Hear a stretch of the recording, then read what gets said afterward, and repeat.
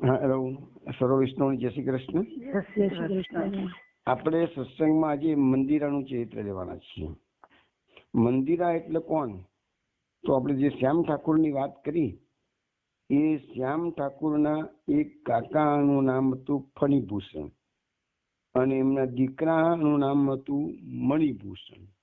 એ મણિભૂષણની આ દીકરી એટલે એમના કઝિન બ્રધરની છોકરી એમની, એટલે લગભગ માનો કે ભત્રીજી થઈ. હવે આપણે આનંદ બંગાળમાં કલકત્તા નજીકમાં એક આનંદપુર એક નાનકડું પણ સમૃદ્ધ નગર હતું. એ નગરમાં શ્યામ ઠાકુરના કાકા ફણીભૂષણ એ ત્યાંના જાણીતા ડોક્ટર હતા. પૈસે ટકે ખૂબ સુખી હતા. એમનો દીકરો, એનું નામ હતું મણિભૂષણ, એ કલકત્તાની મેડિકલ કોલેજમાં ભણીને પાસ થયેલો હતો અને ફાધરની જોડે જ ડોક્ટરી પ્રેક્ટિસ કરવા માટે બેઠેલો હતો. હવે આ કુટુંબ પાસે પૈસા ટકાની ખોટ હતી નહીં અને દીકરાને તો બાપની જીગતી પ્રેક્ટિસ મળી ગયેલી હતી, એટલે બધી વાતે સુખી પરિવાર હતો, કોઈ ચિંતા કરવા જેવું કશું હતું નહીં. પરંતુ બન્યું કે જે ફણીભૂષણ એટલે કે હતા, એનો અચાનક જ મરવાનો સમય થઈ ગયો. એમને લાગ્યું કે હું નહીં બચી શકું, એટલે પિતાએ મરતી વડે પુત્ર મણિભૂષણને બોલાવીને કહ્યું કે બેટા, હું ગરીબાઈમાંથી આગળ વધેલો અને આ સમૃદ્ધ સ્થિતિએ પહોંચ્યો છું. મેં તો મારા જીવનમાં ઘણો તડકો છાયો જોયો છે, પણ તારા માટે તો મેં ગુલાબની ફૂલની પાંખડી વાળો સુંદર માર્ગ બનાવી આપ્યો છે. આપણે હવે અત્યારે સર્વ રીતે સુખી છીએ, પણ એ માટે પ્રભુનો ઉપકાર હું કઈ ભૂલતો નથી. પ્રભુની કૃપા વગર કશું મળતું જ નથી અને કશું રહેતું નથી. એટલે દીકરા, આ મળતી સમય તું મને 3 વચન આપ. હવે કયા કયા વચનો માંગે છે ફાધર મળતી વખતે? કે પહેલું વચન, પ્રભુની કૃપાને પાત્ર થવા હું પરિશ્રમ કરીશ. બીજું વચન માંગે છે, પ્રભુને કદી નહીં ભૂલું. ત્રીજું વચન, હવે એ લોકોનો વિશાળ બંગલો છે, કેમ્પસમાં એક મંદિર બનાવેલું છે, તો લખ્યું છે કે આપણા મંદિરમાં પ્રભુની જે પ્રતિમા છે તે સાક્ષાત પ્રભુ માની અને એની સેવા પૂજા તું કરજે. આ ડોક્ટર મળતી વખતે પોતાના દીકરાને કહે છે, બેટા, મેં તો આખી જિંદગી આ રાધા કૃષ્ણની પૂજા કરી છે. દીકરા, તું પણ એ સેવા પૂજા કરજે. મંદિરમાં પૂજા પાઠ હંમેશા ચાલુ રાખજે. દર રવિવારે મંદિરમાં કીર્તન કરાવજે અને બધા દર્શનાર્થીઓને પ્રસાદ વેચજે. વારે તહેવારે ગરીબોને જમાડજે. જો તું આમાં ભૂલ કરીશ તો મારા આત્માને શાંતિ નહીં મળે. પિતાએ દીકરાને સુખી થવાનો એક સુંદર રસ્તો ભક્તિ માર્ગનો બતાવી દીધો અને એમાં બધી કન્ડિશનો કરી દીધી કે ભાઈ આવી રીતે ગરીબ ગુરબાને જમાડવા, રવિવારે કીર્તન મહોત્સવ કરવો, બધાને પ્રસાદ લેવડાવવો. અને ભગવાને બહુ ખૂબ સારા પૈસા આપેલા હતા, કુટુંબ સારું હતું બધી રીતે, એટલે દીકરો પણ હવે આગળ જોઈએ શું થાય છે. મણિ બાબુજી હતા એ ઈશ્વરમાં બહુ શ્રદ્ધાવાળા નહોતા, પણ પિતા પ્રત્યેનો એમનો પૂજ્યભાવ ઘણો હતો, એટલે એમને પિતાની આગળ એ કહી દીધું કે હું 3 તમારી જેટલી વાતો છે એ બધાનું પૂરેપૂરું પાલન કરીશ. પિતાને એમને પ્રોમિસ કર્યું. ખૂબ પરિશ્રમ કરીને દીકરો પણ ધંધામાં ખૂબ આગળ આવ્યો અને એમાં ડાક્ટરી પ્રેક્ટિસમાં સારું નામ બનાવ્યું અને પિતાના જેવી જ પ્રતિષ્ઠા દીકરાએ પણ મેળવી. મંદિરમાં રોજ પૂજા પાઠ કરવા. હવે આમને ભગવાનની ભક્તિમાં બહુ રસ હોય નહીં, પિતાએ કહેલું એટલે મંદિરમાં રોજ પૂજા પાઠ કરવા માટે તેમને પવિત્ર બ્રાહ્મણની ગોઠવણ કરી દીધી. પિતાના કયા પ્રમાણે દર રવિવારે મંદિરમાં કીર્તન રાખવાનું શરૂ કર્યા. પ્રસાદ પણ છૂટી વેચવા મળ્યો. વાર તહેવારે ગરીબોને જમાડવાનું જે પિતાએ કહ્યું હતું એ પણ એમને ચાલુ જ રાખ્યું. પણ મંદિર એમનું પોતાનું પ્રાઇવેટ ખાનગી મંદિર હતું, એમના બંગલાના કેમ્પસમાં જ આવેલું હતું. પણ ત્યાં કોઈને પણ દર્શન કરવા આવવાની મનાઈ નહોતી. એટલે બીજા મંદિર એવી રીતે હતું કે બહારથી જે રસ્તા પરના જે બીજા યાત્રીઓ કે વૈષ્ણવ હોય એ પણ દર્શન કરવા આવી શકતા હતા. એ પ્રકારની એની ગોઠવણી હતી. એટલે લખ્યું છે કે રોજ અસંખ્ય લોકો દર્શન કરવા આવતા. મંદિરમાં મણિબાબુએ રાધા અને કૃષ્ણની પ્રતિમાઓ પધરાવી હતી. રાધાજી ગોરા એટલે કે પ્રતિમા શ્વેત આરસની હતી, અને કાનજી મહારાજ ઘનશ્યામ એટલે એમની પ્રતિમા આસમાની આરસની હતી. અને બંને પ્રતિમાઓ એટલી બધી મોટી હતી કે માણસના જેટલી ઊંચાઈ વાળી હતી કે છે. આ મૂર્તિઓને શૃંગાર કરવામાં આવતો ત્યારે તેમના પરથી આંખ ખસેડવાનું મન થાય નહીં, એટલી સુંદર મૂર્તિઓ હતી, એટલું સુંદર સ્વરૂપ દિસતું હતું. પણ હવે આગળ જોઈએ. મણિબાબુની જે પત્ની હતી એનું નામ હતું વિમલા દેવી. તે બેન ખૂબ સરળ સ્વભાવના, ધાર્મિક વૃત્તિની બાઈ હતી. પૂજા પાઠ પર એમની પત્નીને ખૂબ પ્રેમ હતો, અને જાતે જ મંદિરમાં સેવા પૂજા કરતી અને ત્યાં પૂજા પાઠ પર નજર રાખતી, અને મંદિરનું સર્વ કાંઈ એમની પત્ની જે વિમલા દેવી હતી એ જ કરતી હતી. વિમલા દેવીનો શરીરનો જે વાન છે ગોરો નહોતો, પણ થોડો શ્યામલો કહી શકાય એમ. છતાં એમના મોંનો વળાંક બહુ સુંદર હતો, ઘાટીલો દેહ હતો, એટલે વિમલા દેવીનું વ્યક્તિત્વ ખૂબ જ આકર્ષક હતું. હવે એમની દીકરી થઈ મંદિરા. આપણે જેની વાત કરી છે મંદિરાની વાત આવે છે. આ મંદિરા જન્મી ત્યારે માના કરતા પણ વધારે સાંભળી હતી. એટલે વિમલા દેવીને ઘણી વાર નિશાસો નાખતા હતા, રે ભગવાને આટલી સરસ છોકરી આપી છે પણ એનો વર્ણ તો શ્યામ છે કે છે. પરંતુ જેમ જેમ વર્ષો વીતતા ગયા એમ મંદિરા મોટી થતી ગઈ, એમ એનું અનોખું સૌંદર્ય ખીલતું ગયું. મંદિરાનો મધુર સ્વભાવ જોઈને વિમલા દેવી ખુશ થઈ જતા. માછલીને તરવાનું સહેજ છે એમ મંદિરાને જન્મથી જ પ્રભુ ભક્તિ સહેજ હતી. મંદિરા નાની હતી ત્યારે પલાઠી વાળી હાથ જોડી એ પ્રાર્થના કરવા બેસતી, ત્યારે તો વિમલા દેવી એને જોઈ જતા અને મનમાં કહેતા કે મારી દીકરી તો સાક્ષાત ગોપી જ છે કે છે. આમ નાનકડી છોકરીની ભાવ ભક્તિ જોઈને એની માં નહીં, બીજા બધા પણ મંત્ર મુગ્ધ થઈ ગયા. આટલી નાની છોકરી પણ કેવો ભાવથી ભક્તિ કરી રહી છે. આ મણિભૂષણ ડાક્ટરને પણ પોતાની દીકરી પર બહુ પ્રેમ હતો. એ નાની હતી એટલે એના પિતાએ એને ભણાવવા માટે ચાર તો શિક્ષકો ઘરે બોલાવતા હતા. એક શિક્ષક આવી સંસ્કૃત શીખવતો, બીજો મંદિરાને અંગ્રેજી શીખવતો, ત્રીજો સંગીત શીખવતો અને ચોથો નૃત્ય શીખવતો. આ મણિભૂષણ ડાક્ટરને પણ કવિતાનો શોખ હતો, અને કોઈ વાર જાતે કવિતા રચતા પણ ખરા. અને એ બધો શોખ એ મંદિરામાં પણ ઉતર્યો હતો. મંદિરાને કવિતામાં રસ લેતી કરી, ભજન કીર્તનમાં તો એને રસ હતો જ. હવે ભજન કીર્તન જાતે નાની ઉંમરથી જ મંદિરા ભજન કીર્તનો જાતે બનાવીને ગાતી હતી. 14 વર્ષની ઉંમર થતા સુધીમાં તો મંદિરાએ કેટલાય ભજનો બનાવી કાઢ્યા હતા. આ બધું જોઈ વિમલા દેવી એવી પસંદ હતી કે હવે દીકરી માટે ગર્વ કરતી ને કહેતી કે મારી દીકરી તો લક્ષ્મી અને સરસ્વતી બંને છે કે છે.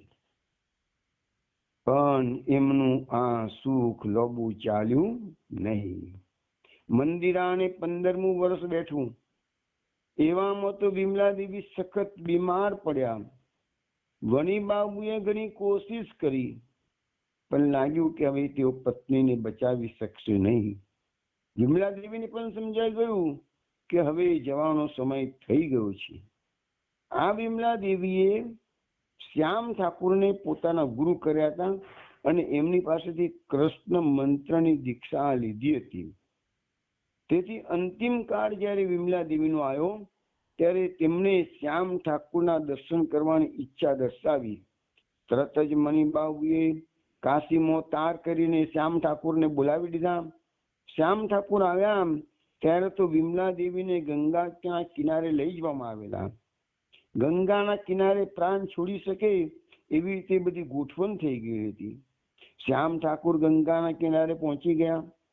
વિમલા દેવીએ એક હાથ ગંગાજીના જળમાં રાખ્યો અને બીજો હાથ શ્યામ ઠાકુર કે જેના તેમના ગુરુદેવ હતા એના પગ પર મૂક્યા. અને મળતા સમયે વિમલા દેવીએ કીધું, મંદિરાને સાચવજો ગુરુદેવ.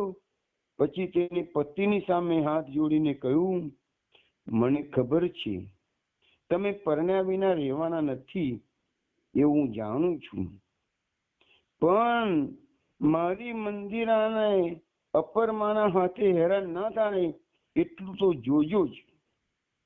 મની બાબુએ રોતા રોતા પત્નીને વચન આપ્યું કે હું ફરી પરણવાનો જ નથી, પછી તું દીકરીની ચિંતા શા માટે કરે છે? તો વિમલાએ કહ્યું કે વિમલાએ કશું સાંભળ્યું નહીં અને ફરી ફરી કહ્યું કે હાથમાં ગંગા જળ લઈને 3 વાર પ્રતિજ્ઞા કરો કે મંદિરાને દુખી નહીં થવા દઉં. કારણ કે એની પત્નીને ખબર હતી કે નાની ઉંમર છે મની બાબુની, આટલા પ્રતિષ્ઠિત માણસ છે, આટલું બધું સમૃદ્ધિ છે ઘરમાં, એટલે માંગા આવવાના છે, એટલે બીજા લગ્ન કરશે જ. મનુ બાબુએ હાથમાં ગંગા જળ લઈને 3 વાર પ્રતિજ્ઞા કરી અને કહ્યું કે મંદિરાને દુખી નહીં થવા દઉં. પછી વિમલા દેવીએ મંદિરાને કહ્યું કે બેટા, હવે તું પ્રભુનું નામ લે. જો ગંગાનો કિનારો, એક હાથ ગંગા જળમાં, એક હાથ ગુરુદેવના ચરણોમાં અને મુખમાં ભગવાનનું નામ, સાહેબ કેટલું ઉત્તમ મૃત્યુ આવે છે. મંદિરાએ ગાવા મળ્યું, હરે કૃષ્ણ કૃષ્ણ કૃષ્ણ હરે હરે. વિમલા દેવીએ પણ એમાં સુર પુરાવા મળ્યો, હરે કૃષ્ણ કૃષ્ણ કૃષ્ણ હરે હરે. આમ આ મંત્રનો જપ કરતા કરતા વિમલા દેવીએ ગંગાજીના કિનારે આંખો મીચી લીધી, એટલે કે એમનો દેહ પડી ગયો.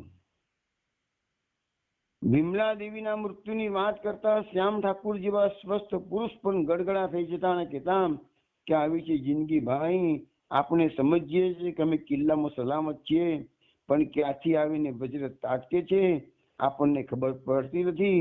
આપણે તો જીવન દરમિયાન લોબા ભાવિની યોજનાઓ કરવામાં મશગુલ રહીએ છીએ, પણ ઓચિંતો કાળ આપણને બધાને કોળિયો કરી જાય છે. સુખ કે દુઃખ કશું કાયમ ટકતું નથી. હર્ષનો કે શોકનો એક દિવસ અંત્ય આવે જ છે. આ મણિભૂષણની પત્ની વિયોગનો શોક બહુ ઝડપથી શમી ગયો અને થોડા સમયમાં મણિભૂષણના બીજા લગ્નની શરણાઈઓ વાગી ગઈ. હવે મણિભૂષણના બીજા લગ્ન થયા. નવી પત્નીનું નામ હતું મંજુ દેવી. નામે મંજુ, પણ સ્વભાવે સાક્ષાત કૃત્યા જોઈ લો. ઈર્ષ્યા અને લોભનું પ્રતીક હતું. લોકો મંદિરના વખાણ કરે એ અપરમાંથી ખમાયું નહીં. વળી જાણ્યું કે બાપે અડધી મિલકત મંદિરના નામે કરી દીધી છે, ત્યારે તો આ મંજુ દેવીને મંદિરા એના આંખમાં કણાની પેઠે ખૂંચવા લાગી. એને પોતાની બધી સ્ત્રી શક્તિ કામે લગાડી દીધી અને થોડા વખતમાં પતિને વશ કરી લઈને એવી લગામ ચડાવી દીધી કે પતિ એક એટલું જ ખરે. પરિણામ એ આવ્યું કે પતિએ નવું વિલ કરવું પડ્યું. જો પતિએ જૂનું વિલ જે કરેલું એમાં અડધી પ્રોપર્ટી નવી પત્ની મંજુ દેવીને અને અડધી પ્રોપર્ટી પોતાની જે હતી એ દીકરી માટે લખેલી. તો મંજુ દેવી ત્યાં ખમાયું નહીં, એટલે મંજુ દેવીએ પતિને એવા સકંજામાં લઈ લીધા કે એમને નવું બિલ બનાવવું પડ્યું અને પોતાની જેટલી મિલકત હતી એ બધી મિલકત એમને મંજુ દેવી એટલે નવી પત્નીના નામે કરી દીધી. પતિની નબળાઈ વિમલા દેવી જાણતા હતા, તેથી તેમની પત્ની પાસે 3 વાર પ્રતિજ્ઞા લેવડાવી હતી, પણ નવી પત્નીના ચેન ચાળામાં મણિબાબુની પ્રતિજ્ઞાઓ બધી તણાઈ ગઈ. મણિબાબુ ડાક્ટર તરીકે હોશિયાર હતા. લોકોમાં એમની ગામમાં ઘણી પ્રતિષ્ઠા હતી, પણ એમની હોશિયારી અને પ્રતિષ્ઠા ઘરમાં મંજુ દેવીના રૂવાબ આગળ ચાલી જતી. આનું નામ મોહ. મોહવશ થયેલો માણસ કઠપુતળી જેવો બની જાય છે. મોહ જેમ નચાવે તેમ નાચે છે. મોહ દેખાડે એટલું દેખે છે.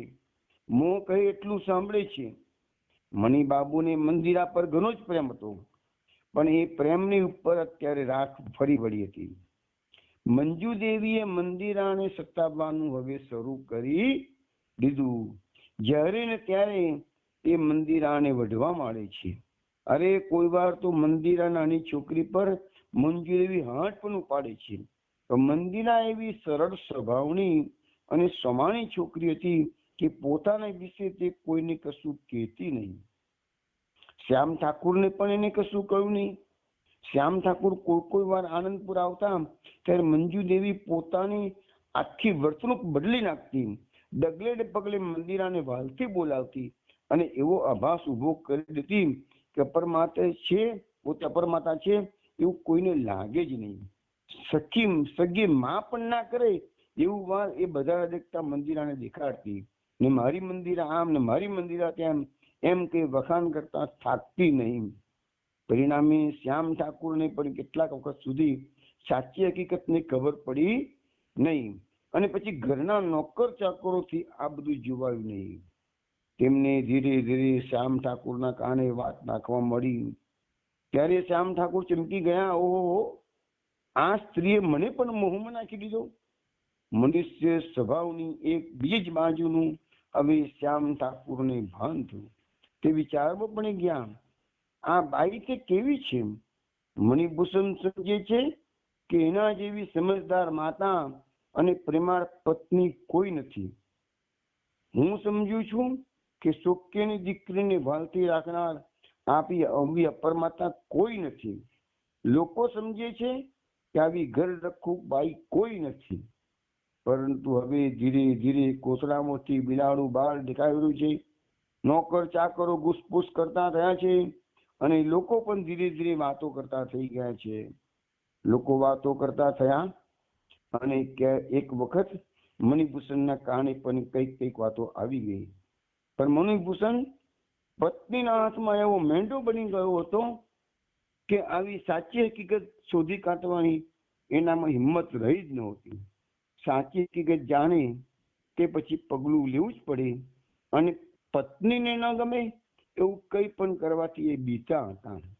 આ બીકને લીધે એને હકીકત તરફ આંખો મીચી રાખવાનું જ પસંદ કર્યું.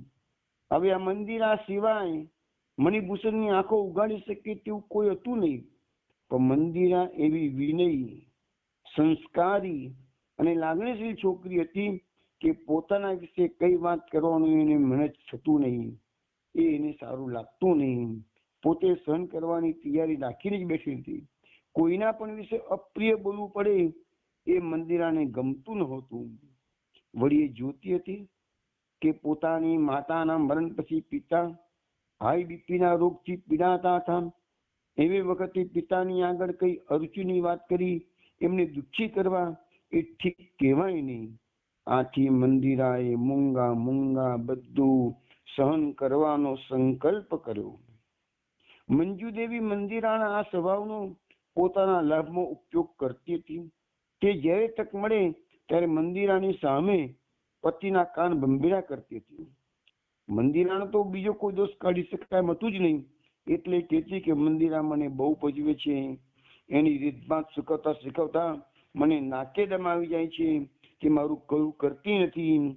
હવે મંજુ દેવી પોતે કોઈનાથી બીતા હોય તો એક જ માણસ હતો, તે શ્યામ ઠાકુર.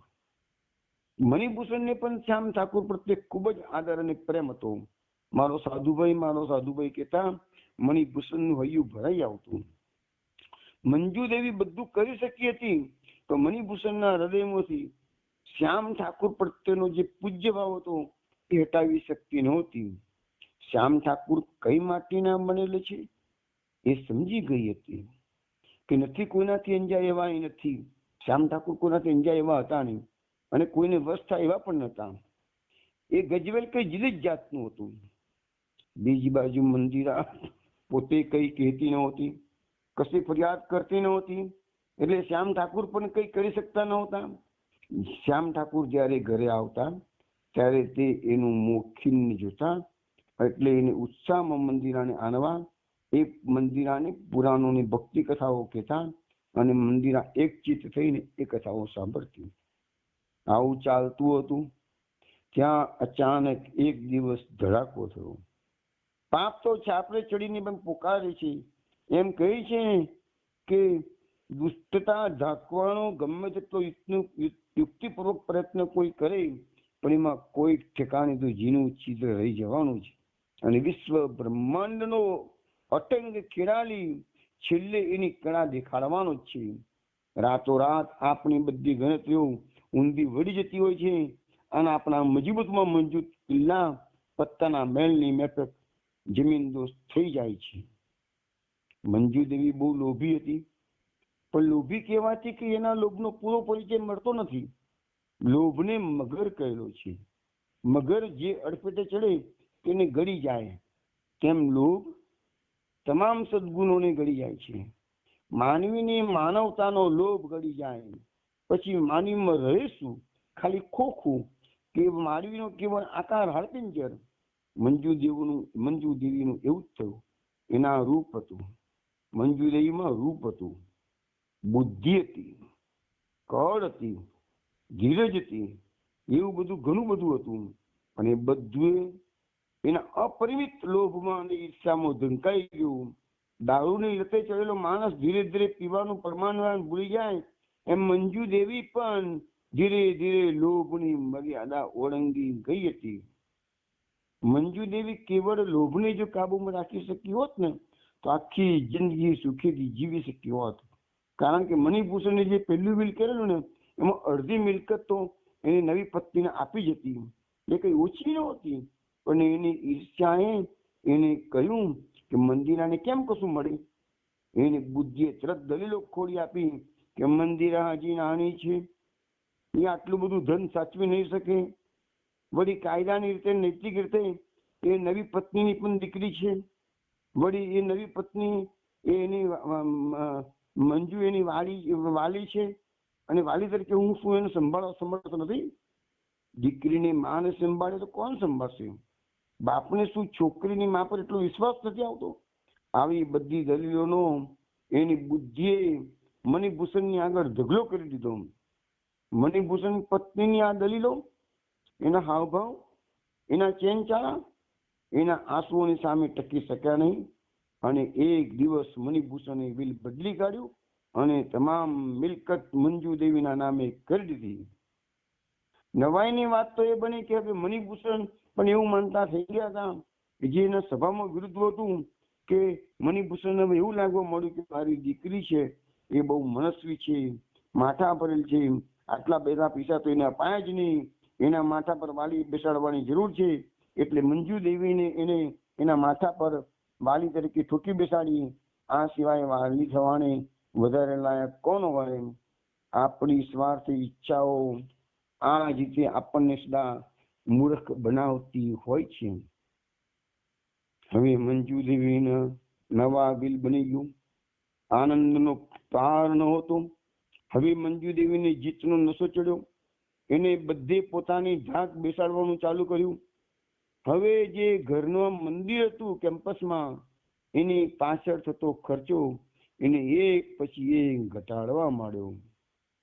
જુઓ, આ મણિભૂષણ ડાક્ટરે એના બાપના વચન આપેલું હતું, એની પત્નીને વચન આપેલું હતું મરતી સમયે, એ બધું અત્યારે હવાઈ ગયું છે.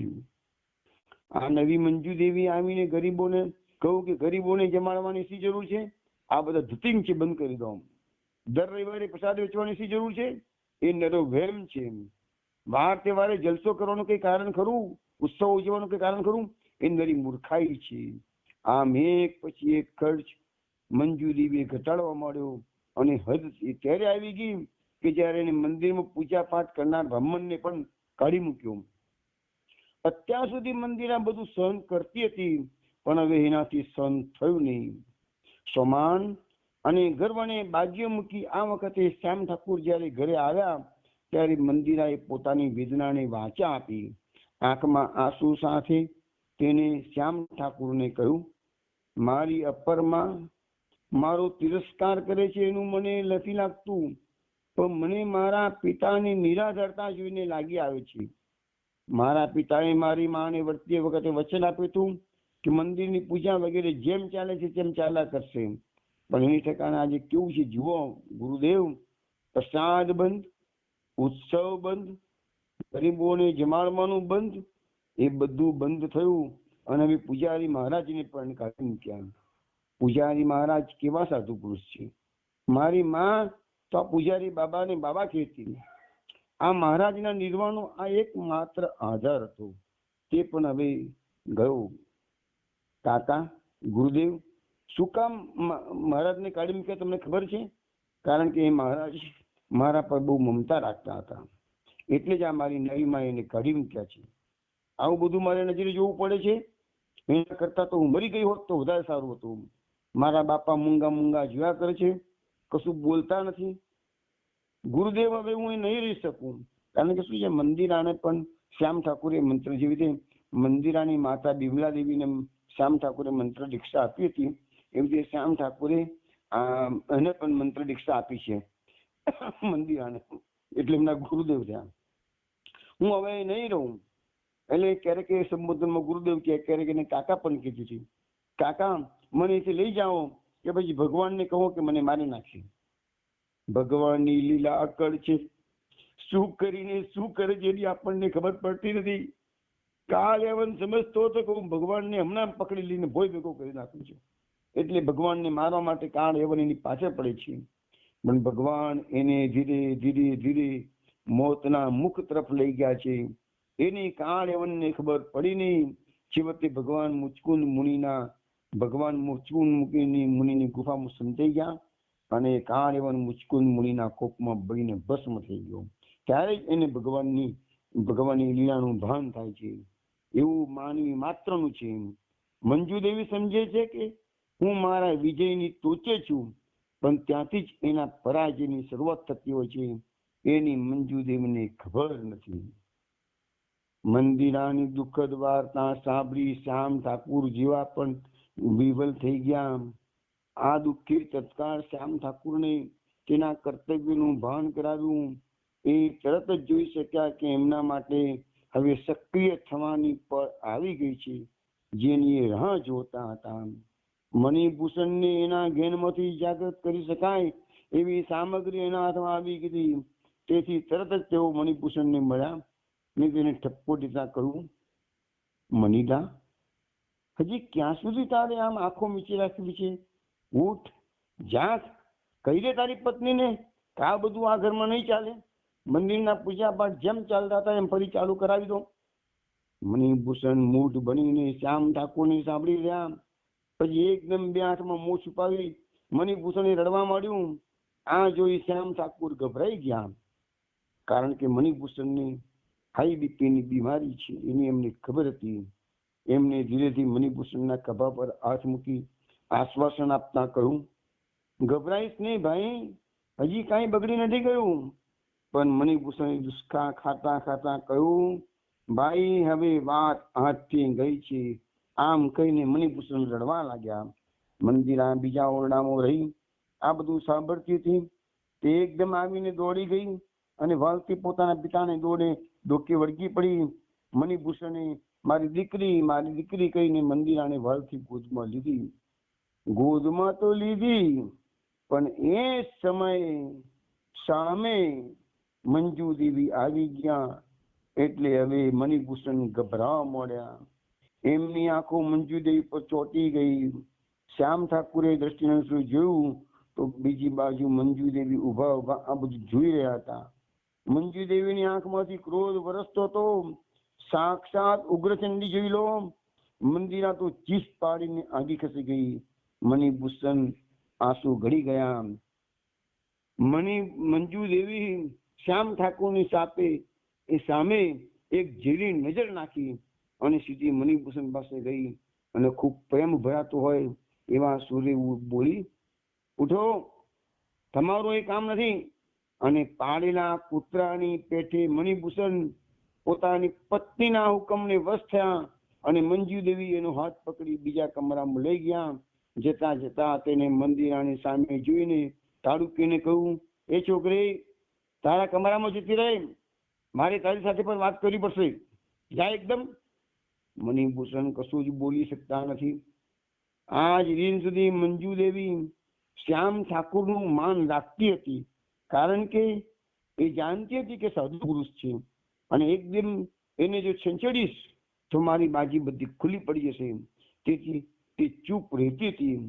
પણ હવે તો મણિભૂષણે બધી જ પ્રોપર્ટી મંજુ દેવીના નામે વિલ કરી દીધેલું. એટલે આખા ઘરનો કાબુ મંજુ દેવીના હાથમાં આવી ગયો હતો.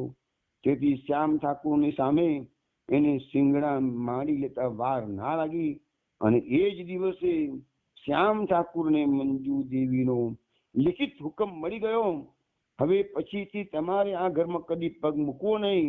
અમારે તમારા જ્ઞાનની અને તમારા આશીર્વાદની જરૂર નથી. ત્યાં આખો દિવસ મણિભૂષણના ઓરડાના બારણા બંધ રહ્યા. શ્યામ ઠાકુર ફરી એને મળી શક્યા નહીં. હતાશ થઈ શ્યામ ઠાકુર કાશી આવી ગયા, પણ મંદિરાનો દુઃખ ક્લિષ્ટ ચહેરો એમનાથી ભૂલાયો નહીં.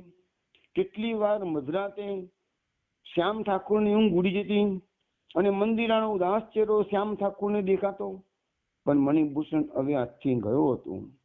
એટલે પ્રભુની પ્રાર્થના કરવા સિવાય બીજો કોઈ માર્ગ શ્યામ ઠાકુરને સૂચતો નહોતો.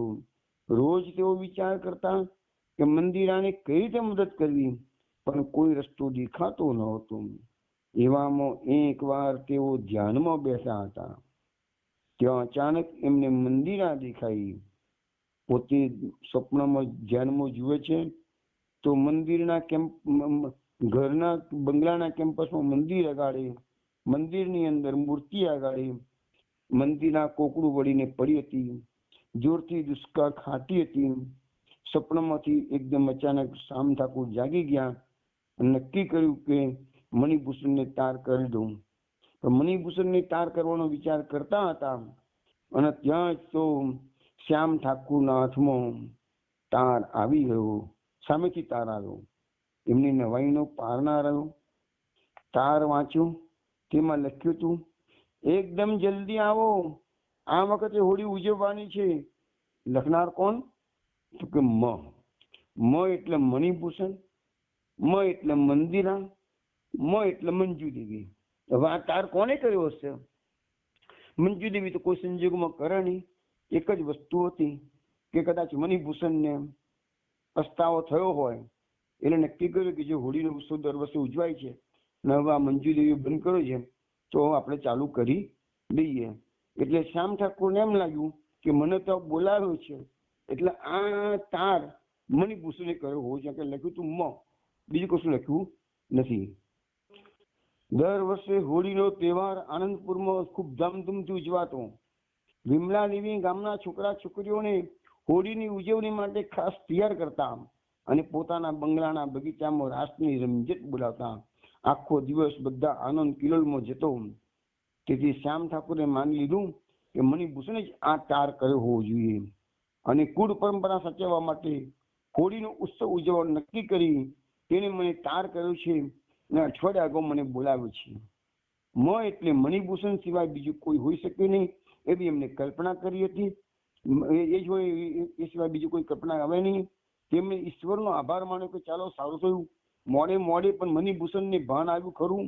થોડા દિવસ પર આનંદપુરથી શ્યામ ઠાકુરના વકીલ મિત્રનો કાગળ આવ્યો હતો કે મણિભૂષણનું બ્લડ પ્રેશર વધતું જાય છે.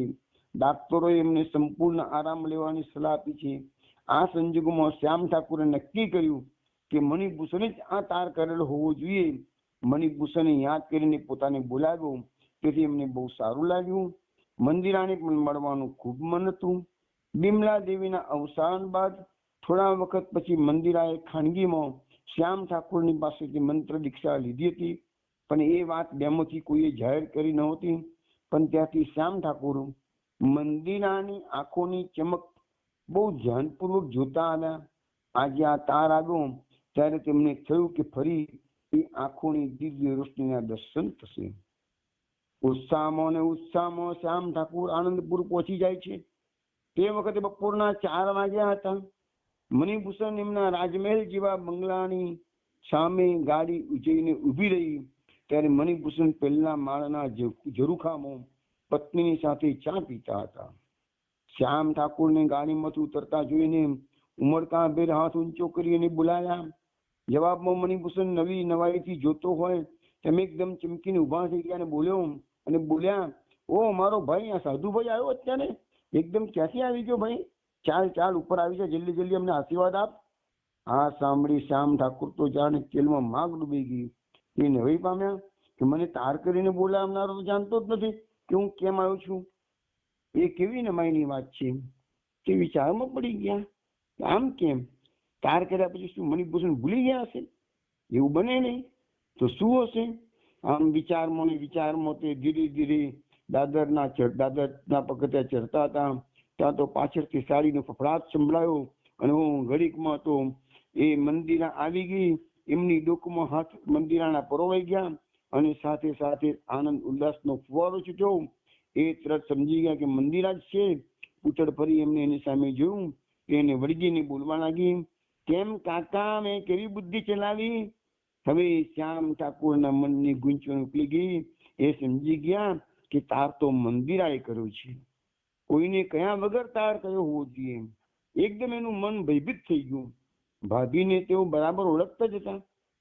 આનંદપુરમાં સવારના પોરમાં કોઈ મંજુ દેવીનું જીપ પણ જીપ પર લાવતું પણ નહીં તો દિવસ બગડતો એ લોકોનો.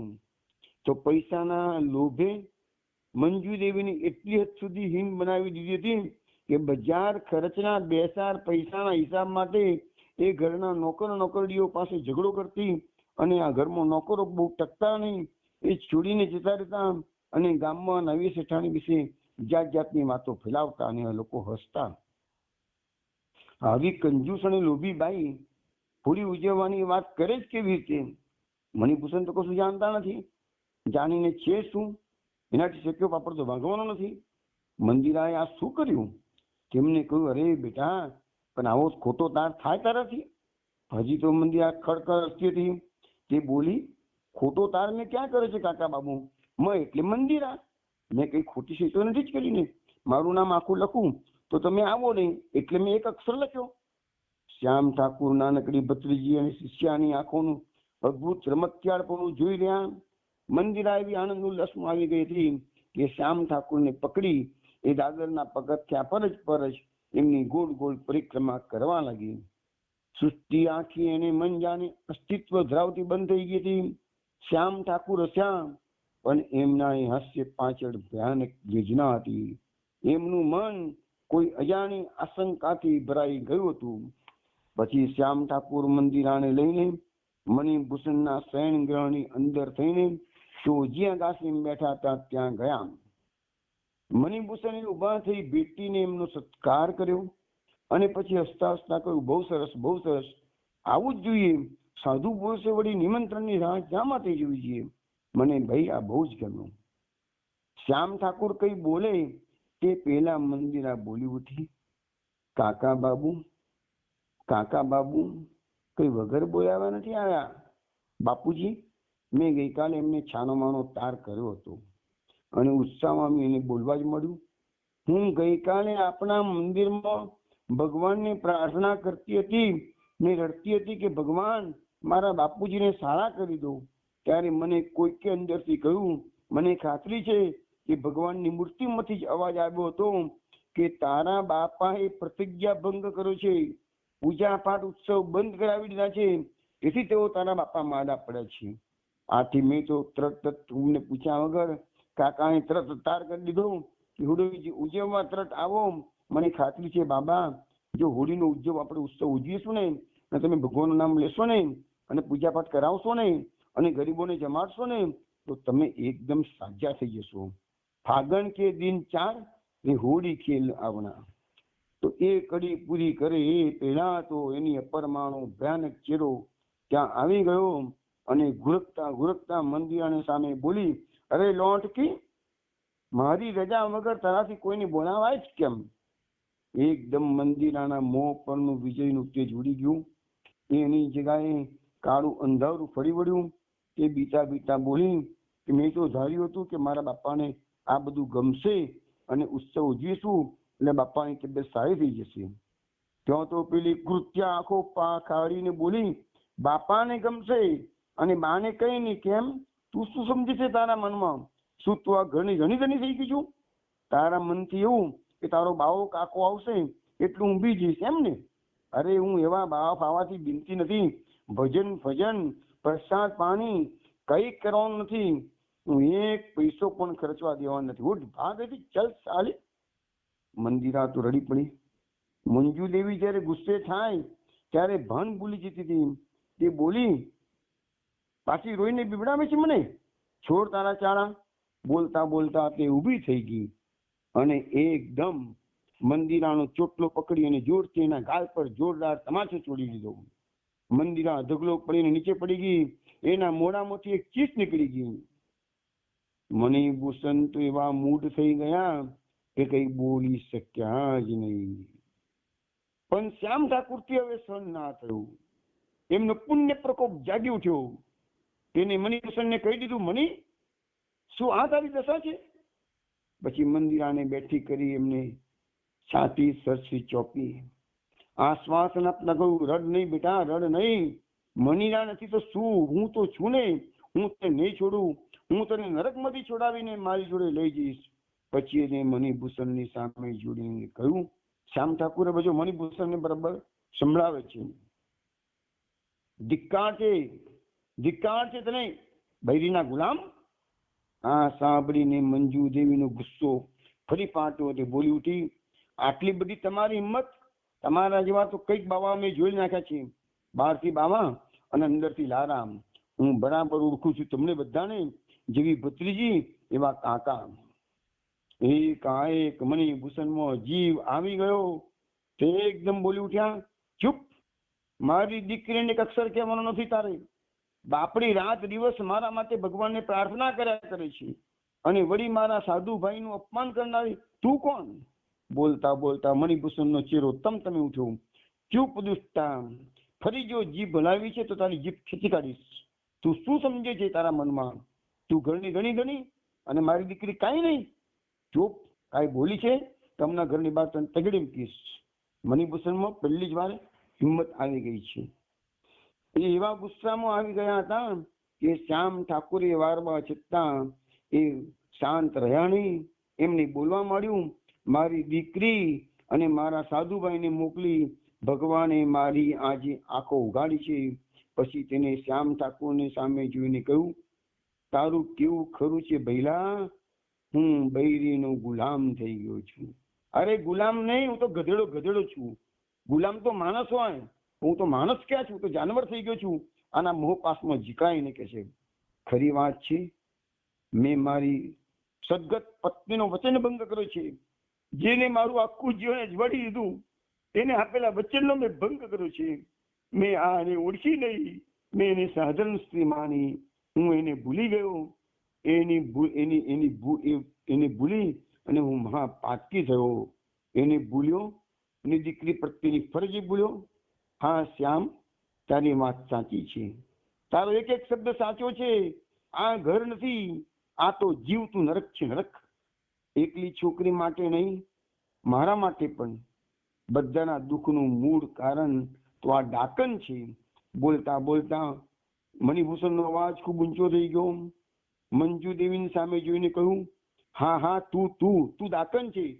તે મારા ઘરને સ્વર્ગનું નરક કરી નાખ્યું છે. તે મારી ખના ખરાબી કરી નાખી છે. આજે મારું ક્યાંય માન રહ્યું નથી. મારી પ્રતિષ્ઠાના ભૂક્કા થઈ ગયા છે. બધા મને તિરસ્કાર કરે છે. મિત્રો મને છોડી ગયા છે. નોકરો ચાકરો મને જોઈને હસે છે. તું શું એમ માને છે કે મને કઈ ખબર નથી પડતી? ઓ ભલા ભગવાન, હું એવી ખાડામાં ઉતરી પડ્યો છું કે તારો પ્રકાશ હું ખોઈ બેઠો છું. એક વાર આ ઘર પર તારી કૃપાનો વરસાદ વરસતો હતો. આ મારું ઘર સ્વર્ગ બની ગયું હતું. આજે આ મારું ઘર નરક છે, બદતર છે, ચારે કોર ગંધાય છે. અને પછી શ્યામ ઠાકુરની સામે જોઈને એને કહ્યું, ઓ મારા સાધુ ભાઈ, મને માફ કર. તું બોલ્યો કે અક્ષરે અક્ષર સાચો છે. હું મૂર્ખ હતો, હું ગાંડો હતો, હું ગુલામ હતો, હું ગધેડો હતો. અને બોલતા બોલતા એકદમ મણિભૂષણે હા કરીને જોરથી હસવા લાગી ગયા. મંદિરા ભયભીત બની ગઈ અને ઉઠીને બોલી, બાબા આવું ના બોલો. અને એકાએક મણિભૂષણે મંદિરાની સામે જોયું. એની છાતી સરસી ચોપી. એની આંખમાંથી આંસુનો પ્રવાહ વહી ચાલ્યો હતો. અને બોલ્યો, મારી દીકરી, મેં તને ખૂબ દુઃખી કરી છે. જેને હૈયામાં પધરાવી રાખવી જોઈએ એને મેં વેગળી કરી. હા હું કેવો પશુ જેવો થઈ ગયો છું. હું પશુ જ છું, મને માફ કર બેટા. હવે પ્રાણના ભોગે પણ હું તને બચાવીશ. મંદિરા દેવમાંથી પિતાની ડોકે વળગી પડી. માથું પિતાની છાતીમાં સંતાડીને બોલી, આવું ના બોલો બાબા, આવું ના બોલો. મણિભૂષણે હવે જોરથી રડવા માંડ્યું. તેને એકદમ કારમી ચીસ પાડી અને મંદિરાને છોડી દીધી. ને મણિભૂષણ ધરતી પર પસરાઈ પડ્યા. એમના હાથ હવામાં બાચકા ભરતા રહી ગયા. મણિભૂષણને જોરદાર હૃદયનો સ્ટ્રોક આવ્યો. એ બેભાન થઈને પડી ગયા. તરત જ દોડાદોડ મચી ગઈ. ડાક્ટરો આવ્યા.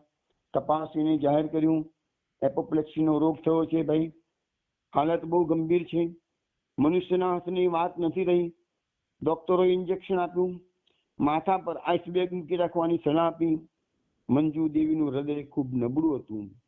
એકાએક ગંભીર બનાવ બની જતા મંજુ દેવી ગભરાઈ ગયા હતા. જેમ તેમ કરી લખડ્યા ખાતા ખાતા એ પોતાના ઓરડામાં ગઈને બેભાન થઈને પથારીમાં પડી. દવાખાનામાં એક નર્સને બોલાવી અને મંજુ દેવીની સારવારમાં મૂકી દેવામાં આવી. બીજી બાજુ શ્યામ ઠાકુર અને મંદિરા મણિભૂષણની સારવારમાં રહ્યા. મંદિરા તો રડ્યા જ કરતી હતી અને શ્યામ ઠાકુર ભાઈના મસ્તક પર બરફની કોથળી મૂક્યા કરતા હતા. મધરાતે એક સ્પેશિયાલિસ્ટ ડોક્ટરને બોલાવવામાં આવ્યા. એમણે તપાસીને કહી દીધું, હવે રામ રામ કરજો. રાતના પાછલા પોરમાં મંદિરાને થાકથી જરા ઝૂકવું આવી ગયું. શ્યામ ઠાકુર હજી જાગતા બેઠા હતા, મુખેથી ભગવાનનું નામ લેતા હતા. કાંઠ વડે મણિભૂષણના માથા પર આઈસ બેગ રાખી રહ્યા હતા. એવામાં મણિભૂષણ કઈક સવારે ભાનમાં આવ્યા. આંખ ઉઘાડી છે, જોયું તો શ્યામ ઠાકુર પર નજર પડી. એ પોતે ભગવાનનું નામ લઈ રહ્યા છે શ્યામ ઠાકુર, અને માથા પર આઈસ બેગ મૂકી રહ્યા છે. મણિભૂષણે ખૂબ ઊંડા અને દુખતા અવાજે કહ્યું, જો શ્યામ, હવે હું ચાલું છું, હું ડાક્ટર છું, હું જાણું છું, બીજો આંચકો આવે એટલી જ વાર છે, પછી આ ખેલ ખતમ થઈ જશે. ઓ પ્રભુ, મારા માથામાં કેવું દર્દ થાય છે. એટલે પછી શ્યામ ઠાકુરને કહે છે, ભાઈ જો સામે પેલું લોલાનું કબાટ છે, ખોલ. મારા ઓછાકા નીચે ચાવીઓ છે, એ ચાવી લે અને કબાટનું ખોલ. એમાં 1000 રૂપિયાની નોટો છે, તે લાવ. શ્યામ ઠાકુર કબાટ ખોલી નોટો લઈ આવ્યા. 15 નોટો હતી, રૂપિયા 15,000 પૂરા. મણિભૂષણે કહ્યું, આ 15,000 રૂપિયા શ્યામ ઠાકુરને કહે છે, તારી પાસે રાખ ભાઈ. મંદિરાને તમે પરણાવજો, આ રૂપિયા લગ્ન વખતે દેજમાં આપજો, અને મને વચન આપો કે તમે આ વાત કોઈને કહેશો નહીં. હા, તમારે જ છોકરો શોધી કાઢવાનો છે. આટલા જ પૈસા મારી પાસે રહ્યા છે, બાકી બધું પેલું ડાકણ લઈ ગઈ છે. હું પાપી છું ભાઈ, તું સંત છે, મને આશીર્વાદ આપ. હવે મને કાળા ઓળા દેખાવ મળે છે, મને બીક લાગે છે. બોલતા બોલતા મણિભૂષણ રડી પડ્યા. થોડી જ વારમાં બીજો હૃદય રોગનો હુમલો આવ્યો અને ખેલ ખતમ થઈ ગયો. વૈષ્ણવો, જુઓ તમે આ પરિસ્થિતિ કેવી નિર્માણ થાય છે. હજુ 10 મિનિટ બાકી છે, થોડું કરી લઈએ. હવે મણિભૂષણના અવસાન પછી મંદિરાએ બહુ આગ્રહ કરી શ્યામ ઠાકોરને શ્રાદ્ધ ક્રિયાઓ પતે ત્યાં સુધી રોકી દીધા. મણિભૂષણે આપેલા 15,000 રૂપિયા અને મણિભૂષણની છેલ્લી ઈચ્છા વિશે મંદિરાને ખબર હતી નહીં. આખી તે વખતે મંદિરા સુઈ ગયેલી હતી, ઝોકું ખાતી હતી. મંદિરાને વાત કર્યા વગર શ્યામ ઠાકોરથી છોડીને જવાયું હતું પણ નહીં. પરંતુ મણિભૂષણના મરણ પછી મંજુ દેવીએ ચારે બાજુ ચોકી પેરો ગોઠવ્યો હતો કે આટલા દિવસ ગયા તો એક દિવસ પણ શ્યામ ઠાકોર મંદિરાને મળી શક્યા નહોતા. કાગળની ચબરખી પણ તેઓ મંદિરાને પહોંચાડી શકતા નહોતા, એટલો જબરજસ્ત પહેરો હતો.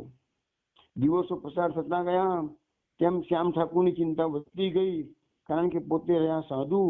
શ્રીમદની છોકરીમાંથી યોગ્ય વર ખોરવો એમ કેવી રીતે શક્ય બનશે? લોકો શું કહેશે? આટલા બધા રૂપિયા સાચવીને રાખવા ક્યાં? શ્યામ ઠાકોરના નામે તો કોઈ બેંક ખાતું પણ હતું નહીં. જવાબદારી ઘણી મોટી હતી, પાર પાડ્યા વિના છૂટકો ન હતો. વળી મણિભૂષણના અવસાન પછી મંજુ દેવીના ઘરમાં રહેવાનું તેમની ફાવે તેમ નહોતું. જે આખો વખત એમને ગાળો દીધા કરતી હતી, એના ઘરમાં રહેવાય પણ કેવી રીતે? શ્યામ ઠાકોર મણિભૂષણને અગ્નિ સંસ્કાર કરીને આવ્યા એ તરત જ મંજુ દેવીએ પોતે જ તેમને સંભળાવી દીધું, જીસતો રહે થી બાવા, અહીંથી ભાગી જા, નીકળી જાય થી ગયા. શ્યામ ઠાકોરે કહ્યું કે શ્રાદ્ધ પૂરું થયા પછી તમારા કેવા પહેલા હતા, શ્રાદ્ધ થયા પછી પહેલા તમારા કહેવાથી હું જવાનું નથી. આથી ગુસ્સે થઈને મંજુ દેવીએ મંદિરા પર સખત ચોકી પેરો મૂકી દીધો. એને કાકા ભત્રીજાને મળતા અટકાવ્યા. હવે મંજુ દેવી ઘરની માલિક હતી. શ્રાદ્ધ ભોજન તો થયા, પણ જેવા થવા જોઈએ તેવા થયા નહીં. મંજુ દેવી એક એક પૈસો પાણીમાં ન જાય એની બરાબર ખબર રાખતી હતી. પરિણામે મૃતના કલ્યાણ અર્થે ના પારાયણ થયું, ના ભજન કીર્તન થયા, ના પ્રસાદ બચાવ્યો, ના ગરીબોને જમાડવાનું થયું. મંદિરા ખૂબ ગરગરી, પથ્થર પર પાણી. શ્રાદ્ધના દિવસો પૂરા થયા કે પછી શ્યામ ઠાકુરને તરત જ ચાલી જવાની નોટિસ આપવામાં આવી. પરંતુ મંદિરાને મળ્યા વગર, એની સાથે વાત કર્યા વગર એમનાથી જવાય કેવી રીતે? અને મંદિરા તો મેળા પર એના ઓરડામાં નજર કરી. રાત ને દિવસ એક વાઘન જેવી બાઈ મંદિરા પર નજર રાખતી હતી. અચાનક સાંજે શ્યામ ઠાકુરે જોયું તો મંજુ દેવી મોટરમાં બેસીને ઘરમાંથી બહાર નીકળી ગયા છે. એકદમ શ્યામ ઠાકુરના અંતરમાં જોર થયું, ઈશ્વરે જ આ તક મેળવી આપી છે. ઠાકુર મંદિરના પગથિયા ચડ્યા. અન્ય જે નજર પડતા જ તેઓ ઉમરામાં સ્થિર થઈ ગયા. રાધા કૃષ્ણની પ્રતિમા સામે મંદિરા પ્રાર્થના કરતી બેઠી છે. એની આંખોમાંથી આંસુનો પ્રવાહ વહી જતો હતો. થોડી વાર આગે ઉભા રહીને શ્યામ ઠાકુર મૂંગા મૂંગા મંદિરાને જોઈ રહ્યા છે. આમ કેટલોક વખત ગયો. પછી મંદિરાએ ભગવાનની સામે હાથ જોડી અને ભજન ગાવા મળ્યું. આ ભજન મંદિરાએ પોતે એના પિતાના મરણ પછી રચેલું હતું. કયું ભજન છે જોઈએ? પ્રભુ પ્રાણ પિયારા રે, વસો મારા પ્રાણ ભરી, રોમ રોમ ના રાજા રે, થવા દો ને ઝાંખી જરી. જપું નામ હું તારું રે, બીજું કાંઈ ગાણું નહીં. તમે કાંત હું કાંતા રે, બીજું કાંઈ જાણું નહીં. મને તારી ઈચ્છા હો મારી રે, મારી મતી જાઓ મરી. મારા ચિત્તને અહીં રે, તારા થકી જાઓ ભરી. નાથ હું તો અનાથ રે, મને રે સનાથ કરો. હું તો રંગ અકિંચન રે, મને પ્રભુ પૂર્ણ પાર કરો. હું તો અફાટ તનાતી રે, મને હવે પાર કરો. હું છું ક્ષુદ્ર ભાગી રે, મને બળભાગી કરો. પ્રભુ પ્રાણ પિયારા રે, વસો મારા પ્રાણ ભરી, રોમ રોમ ના રાજા રે, થવા દો ને ઝાંખી જરી. એની આંખોમાંથી અશ્રુનો શ્રાવણ ભાદરવો વહી રહ્યો હતો. એ જ્યોતિ દુષ્કા ખાતી હતી. શ્યામ ઠાકુર થી વધારે વખત રેવાયું નહીં.